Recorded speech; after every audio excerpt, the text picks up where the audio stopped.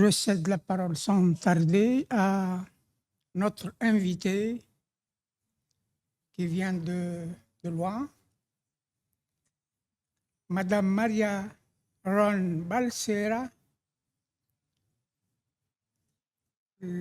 qui va intervenir sur les mises à jour, risques et opportunités dans la promotion de la justice fiscale. Donc, à vous la parole.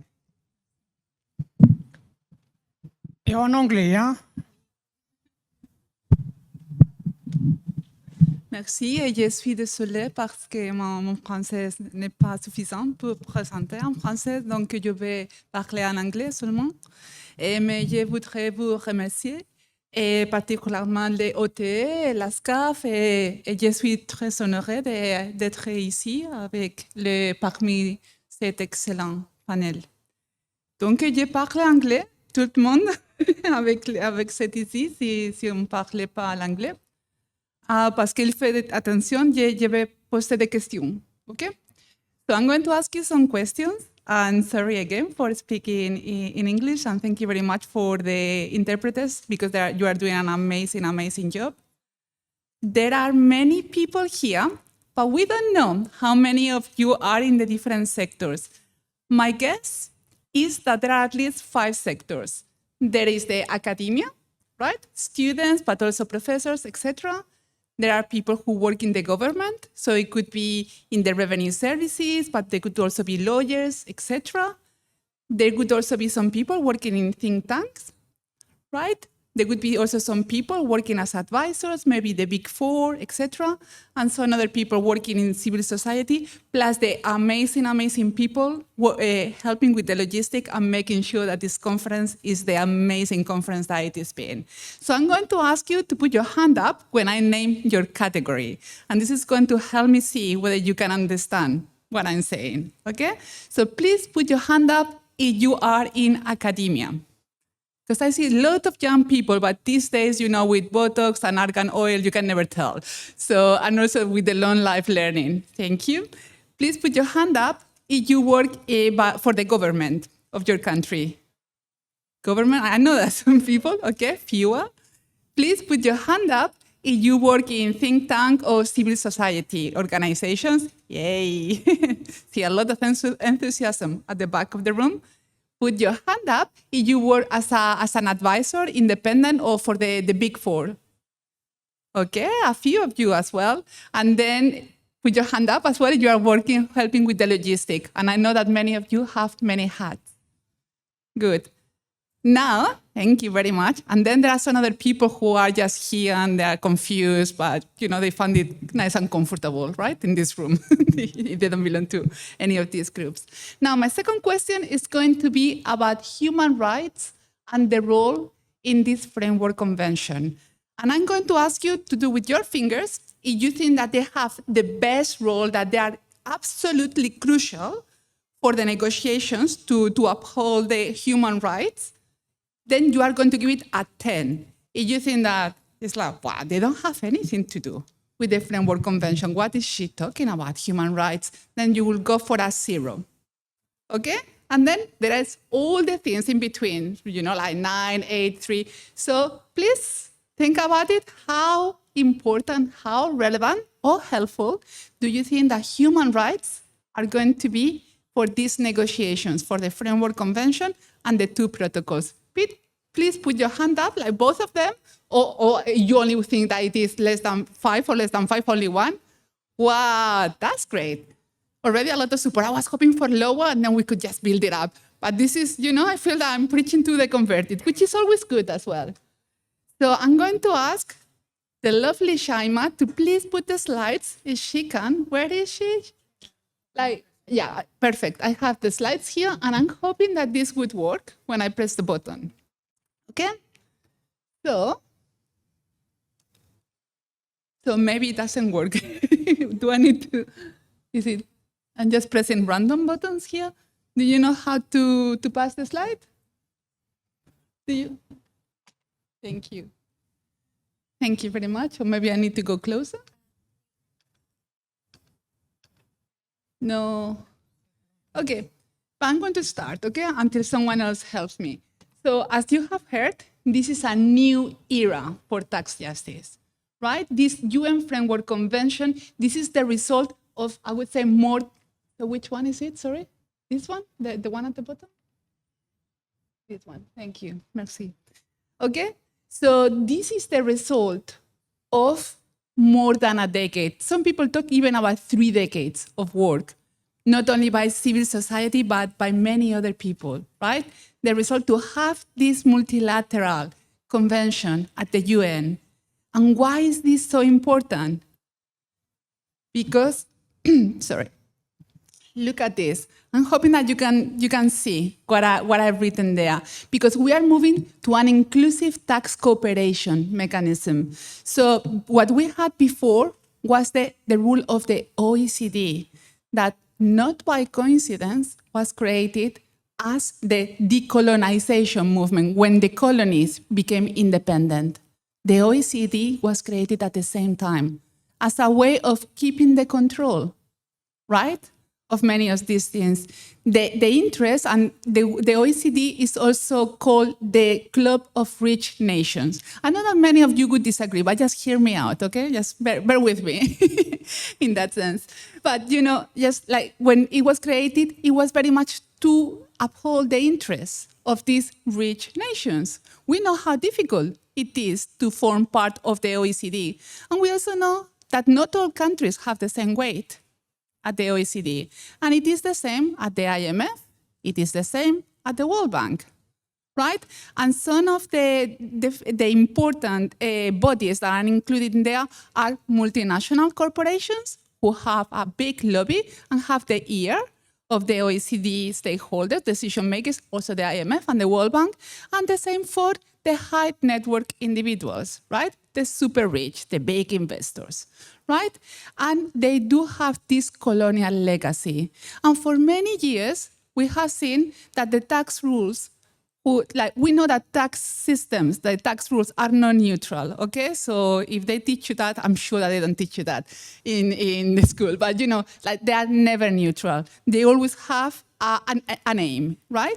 And a lot of this has been really shaped by the orthodox neoliberal way of thinking. And that's why the principles seem to be a lot more about avoiding double taxation, right? Rather than making it fair. Or this thing about certainty as trumping other things such equity, right? So it is very much deliberate, the way that these rules have been shaped. This is a great opportunity to be moving to a more inclusive, transparent, fair negotiations on equal footing. So at the UN, as we have heard, countries have one country, one vote. It's not $1, one vote, as it happens in the World Bank, for instance, right? With the quota system. So this is very, very important. But it's also a great opportunity to align, as we were talking before, with other international, for instance, international human rights law, the other pillars of the UN. These are binding, right? We don't need to be reinventing the wheel. However, if you talk to the OECD about rights, it's like, we don't have to, we are not, that's not our mandate. And they say that to you on your face. And the same for the World Bank and the IMF. And I've been in many of those meetings. So this, again, is another opportunity to align with some other binding conventions, right? Treaties, etc. And this is another opportunity to really look for the financing for development that so desperately need for human rights, for public services, for climate action, you name it. It's intimately linked. So that's why we need to be, no, did I go one? Okay. Anyway, so I have a different order here. So that's why human rights is so important, and they bring a lot of opportunities in this sense. If you have been following the negotiations, you would know that in the terms of reference within the negotiations, many things fell through. So there were some proposals to include progressivity. That didn't work, it fell through. There were some proposals to include gender equality. Again, it didn't cut it, okay? There were some proposals to be talking about climate as well, financing climate. Again, it didn't make it. And I'm sure that our colleague Sarah can talk about it in terms of how hard these negotiations were. There is one thing that managed to get through, and that was in principle 9C, in Article 9C of the Terms of Reference, which makes it says that the UN Tax Convention has to be aligned with international human rights law. Do you think that that was easy to get there? No. And many of people, they won't even tell you, but this one disappeared at the last minute, at the 11th hours, right? And that's one of the reasons why they broke silence, particularly the Latin American group. They said, no, this is it. And in the end, it came back again. And what I'm going to present to you is that because of this 9C, we will be able to push for many of the things that drop out. So this has great, great potential, but don't tell the people, don't tell the European bloc, okay? That's what I would say, that's what I would advise.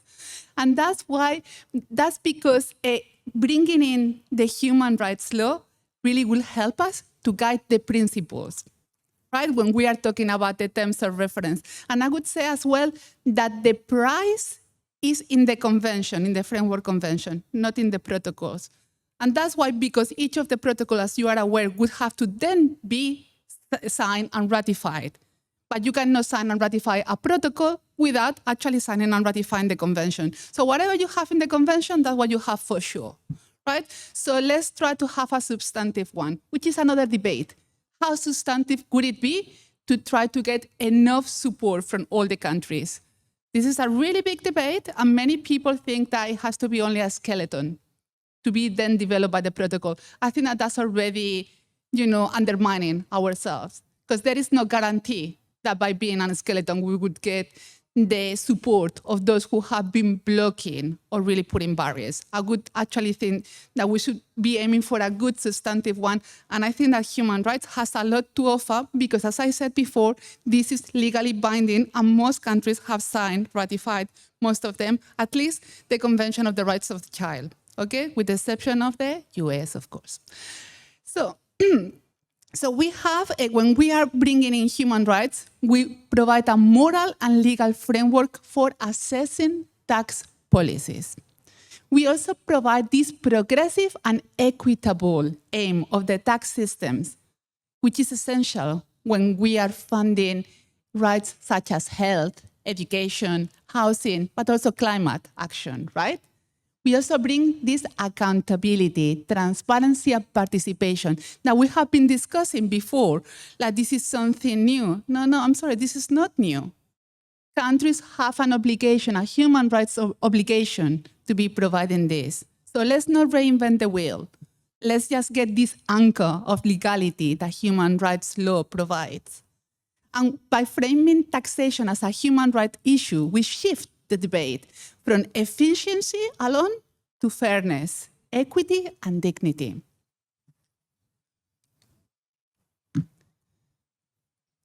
So if we move to the obligations, to the fiscal policy, we can see that taxation is a human rights imperative. Right? This has been developed by the General Comment on the Committees for Economic, Social, and Cultural Rights. So, for instance, they talk about determining the contributions of different actors and benefits from efforts to realize rights and sustainable development. Also, the revenue mobilization through progressive taxation. Again, so all this that disappeared and the terms of reference can come in. That the states have an obligation to use the maximum available resources. I know that there is still room for improvement in terms of defining what the maximum available resources are. We say, and the Committee on Economic, Social, and Cultural Rights say that it's not only the ones that you have at your disposal, but they are the ones also that you are foregoing. So if you are giving away harmful tax incentives, you are actually not raising the maximum available resources. Okay, so this is the ones that the states have and the ones that they could get, and the one that can be accrued by international cooperation. Very important. And that's why it's very important as well to be also looking at curbing illicit financial flows. That has been something that the human rights committees have been raising in the reviews, in the country reviews. There is something else, which is the extraterritorial obligation, which is something that also dropped in the terms of reference. And that's it. Countries not only have obligation within their boundary, within their territory, but also for the effect that their country and also individuals for their country have in other countries, right? So these extraterritorial obligations, which means that they must not act in ways either unilaterally or through international institutions like IFIs, which constrain the fiscal space of other countries to realize rights. That's the case of tax havens. And when I'm talking about tax havens, you know very well that I'm not talking about the Caribbean, right? I'm talking about Luxembourg, I'm talking about Switzerland, I'm talking about the British Crown dependencies, I'm talking about Delaware, etc. These are enablers, right? But all this secrecy, opacity, etc. are depriving states from their ability to raise revenue, to be able to fulfill their human rights obligations. So this is going against their ETOs, extraterritorial obligations. Human rights also provide this substantive equality and non-discrimination, again, very important, and particularly this non-retrogression. So I'm sure that many of us come from countries where the budget for education or health has gone down, right? And this is allowed in human rights if there is a big crisis, not if it is an issue of austerity, right? And this is something that my organization, the Center for Economic and Social Rights, have been doing in that sense. So this issue of non-retrogression, if there is not a particular cause, and this one has to be proportional, monitored, and time-bound, okay? Not what governments do all around the world, right? And we also have the issues of transparency, participation, and accountability. Is this, did it change or not? Quite difficult to see from here, to be honest. So, okay. So now, the Center for Economic and Social Rights have been pushing for this framework, which is called, like in the past, we used to call it OPERA. Now we call it decoding injustice. I'm not going to go deeply into it because this normally takes a lot of training, but this is something that we can say because we always say that human rights are an underutilized tool in the promotion of economic justice and tax justice. So with these steps, they interrogate, illuminate, and inspire. We work with many, particularly civil society organizations and also academia, to be looking at particular issues. And this is something that we can also do for the tax convention. I'm going to very quickly spell out what the OPERA, which is part of the first step of the decoding injustice, means. It stands for outcomes, policy efforts, resources, and assessment. And as you can see here in resources, this has a lot to do with domestic resource mobilization and also the extraterritorial obligations and international cooperation. So we'll go back to that. As I said, I'm very happy to talk more about this, but this normally takes a lot of training, so I don't want to use all of the time talking about this. So something else that has come up a lot, and Sarah, correct me if I'm wrong, is the question of fairness. Yeah, we want a fair and effective international tax cooperation, but what is a fair tax system? And then they started talking about what fair means, etc. Well, no need to reinvent the wheel again. This is something that has been discussed in human rights. So if you follow human rights law, a fair tax system should be sufficient, so it raises enough revenue to fund core rights, progressive, so it places a greater responsibility on those with greater ability to pay, non-discriminatory, so it doesn't disproportionately burden women, the poor, or marginalized groups, accountable, so the decisions on tax design and spending must be transparent and participatory, And this means as well, not only to establish an inclusive, fair, transparent, efficient, equitable and effective international tax system for sustainable development. So this means about the distribution of taxing rights between countries.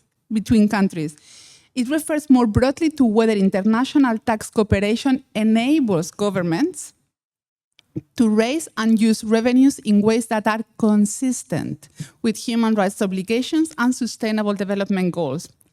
And seen in this way, fairness means that international tax cooperation should expand fiscal space for rights and sustainable development, ensure equality and non-discrimination, and strengthen transparency and participation, preventing international rules from undermining the ability to fulfill human rights obligations, which is something that the OECD has been doing.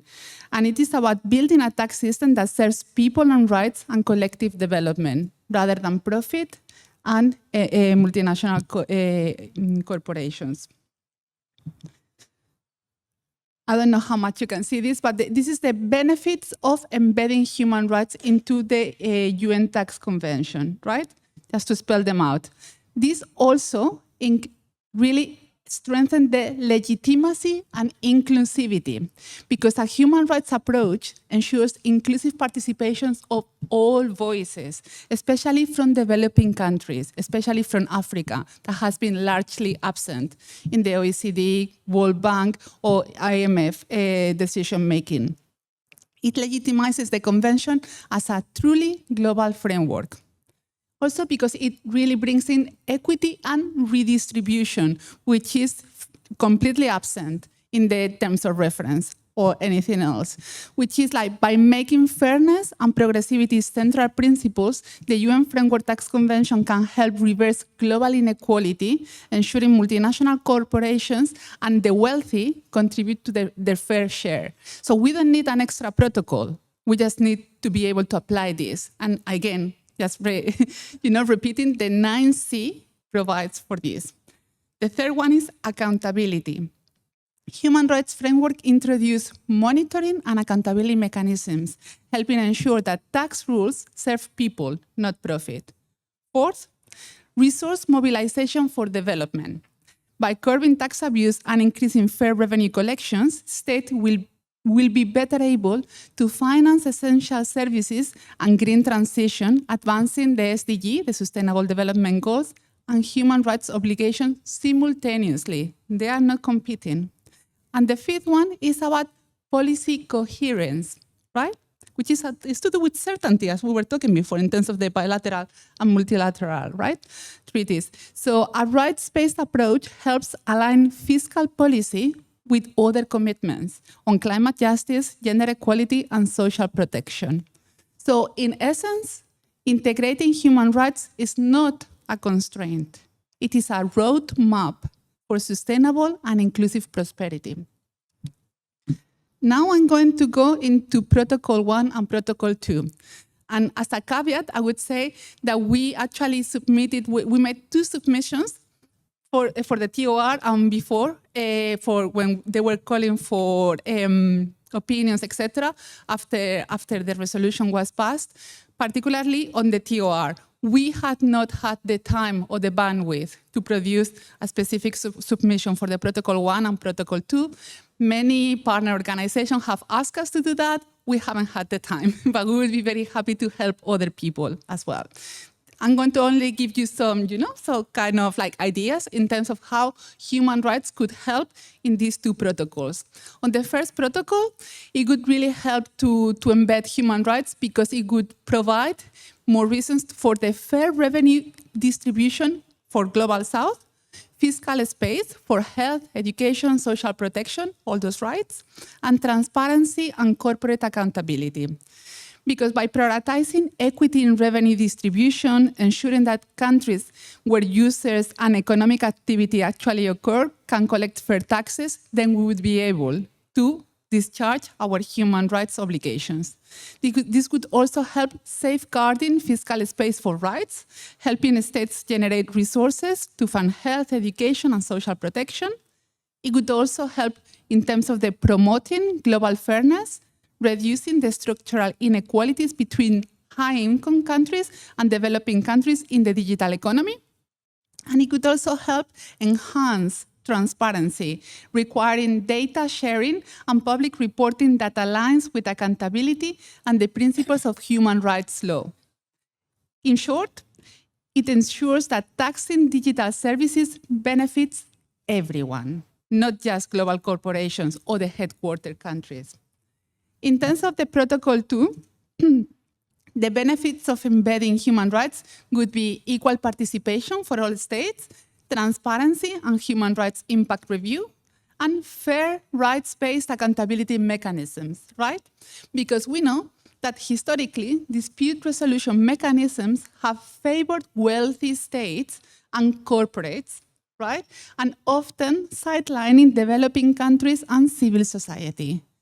However, human rights principles can help reshape this area by embedding transparency and participation, ensuring affected community and public interests have a voice, ensuring equality, so all states, regardless of economic power, have fair access to resolution processes, incorporating accountability standards, requiring decisions to consider human rights impact, not only economic outcomes, promoting non-discrimination, so tax disputes don't perpetuate inequalities between countries or social groups. So by grounding dispute resolution in fairness, equality, and accountability, the Framework Convention can model a people-centered global governance system. And I would be concluding by saying that tax systems reflect values. They are not neutral. And the Framework Convention is a historic opportunity to produce global institutional arrangement for fair and effective resource mobilization. But it will only fulfill its promise if human rights are placed at its core. Tax systems are not neutral, they reflect our values. And if we design them around fairness, accountability, and human dignity, we move closer to a world where everyone can enjoy their rights in practice, not just on paper. Fair taxation is not only a policy choice, it is a human right obligation. Let me see. Oh, sorry. So this was it in terms of the reflecting our values. And I would like just again to remind you, for all of you who are looking at tax, that, and I'm going to be borrowing from Alex Coban from Tax Justice Network, that tax is a superpower. Tax justice has the power to raise revenue, to fund public services, sustainable development and climate adaptation and mitigation, to redistribute, curbing inequality between individuals and between groups, to reprice, to limit public bats like polluters, carbon-intensive consumption or investment, to represent, to strengthen the social contract and improve democratic governance, and to repair as well, the reparation to redress historical legacies of colonization, ecological damage and exploitation. So thank you very much for your patience, and sorry again, I could only speak in English. Thank you.